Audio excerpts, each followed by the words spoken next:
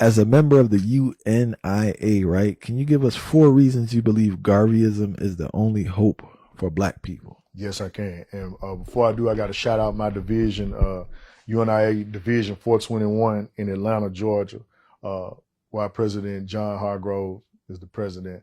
The 4 areas of Garveyism that I would say would be most meaningful to us would be, number 1, it would be self-determination.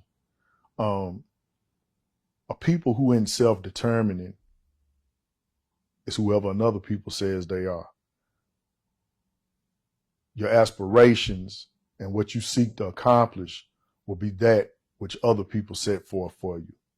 So self-determination, especially starting with the children, is key, because we have to make it realistic to our youngsters that we are the say-sowers, and we are the ones that have the say-so over our destiny. The second one I would say is do for self. That involves an element of pride that Marcus Garvey brought that I think hadn't been seen since. But do for self, it should be something that you hang your hat on, collectively doing what's best for your African interest.